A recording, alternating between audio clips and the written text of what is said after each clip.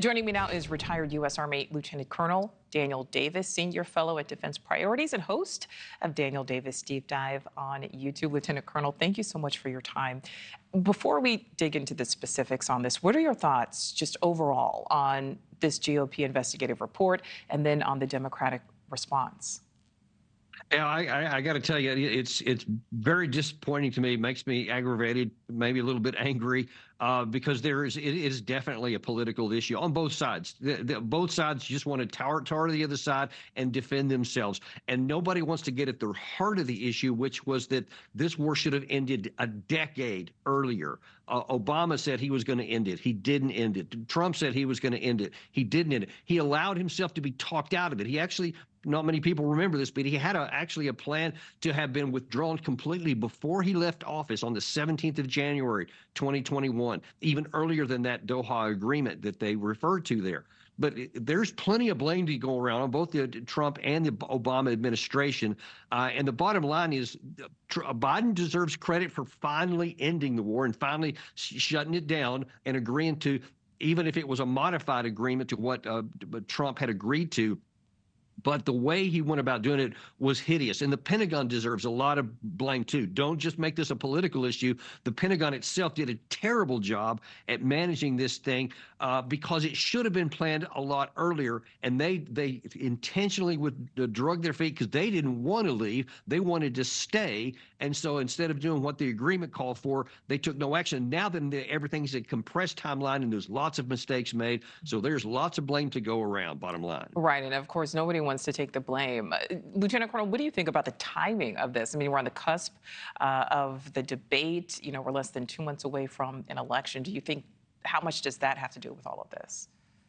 Well, I mean, Washington is a political animal, and no one's gonna, leave money on the table, so to speak. And if they can release something at a time when it's going to be politically harmful to their opponent, it's not likely that anyone's going to give that up. And you see the Democrats are doing the same thing in their response. It's actually the Trump administration that was a problem, et cetera, and all this stuff. But it doesn't hold a lot of water to try to claim that, no, this was not politically motivated. We just came out with a professional report. Right. Because I'm telling you, from someone who fought there, this is not an accurate report. It's very slanted. All right, so you're saying it's very slanted, Lieutenant Colonel. As we know, there's a lot of finger pointing on both sides. You know, Republicans say the Biden administration was determined to withdraw at, no matter the cost. Democrats are saying that no, it's the Trump administration, set the withdrawal in motion and failed to plan on executing it.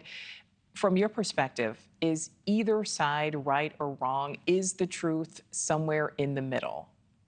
Yeah, the truth is that this was an ugly war, and I first wrote in 2009 that the war was unwinnable, and if we kept going, we were going to lose it if we didn't make major changes. We never did. So a decade later, now then you have to say, okay, it's unwinnable, it's militarily unattainable to achieve the political aims we set, so it makes sense to bring the war to a conclusion. We were suffering casualties. Trump, with the Doha Agreement in February 2020, made a deal that stopped the killing of American troops and set a timeline in place that everybody had enough time to get their house in order so that on May 31st of 2021, the original date, we could have left in order and left a government and a military in place behind us. But that's where one of Biden's biggest mistakes was, that he did not stick to that timeline, waited until it was too late, added 6 months, and that broke our agreement. Then the Taliban stepped up, and they had an additional 6 months to get ready. And so that's why things completely shattered and fell apart at the end,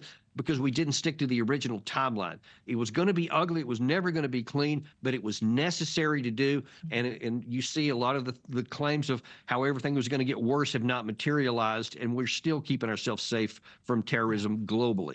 My last question for you, and it's a two-parter here.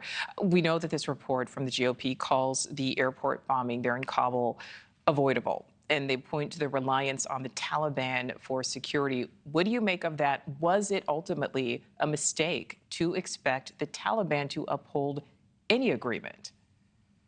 No, in fact, the Taliban was very helpful, ironically, in trying to, because they had motivation too to help us get out of there in order so that they could take over the rest of the place without having to fight us, and they did. They did the best they could. And as I recall, there was even some warnings from the Taliban that said there was some ISIS people in the area there. But to say that it was avoidable at that time because of the chaos and the compressed timelines is just not. There was too many people. Because remember, the original plan was for the military withdrawal.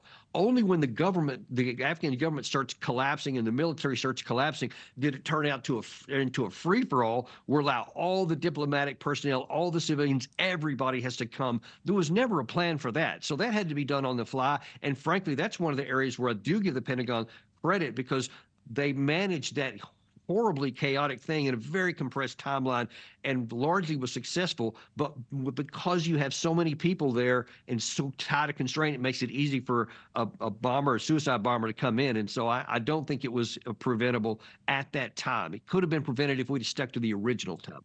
Oh, I know it's a complicated topic. Always appreciate your insight. Retired Lieutenant Colonel Daniel Davis, thank you. Thanks, Nicole.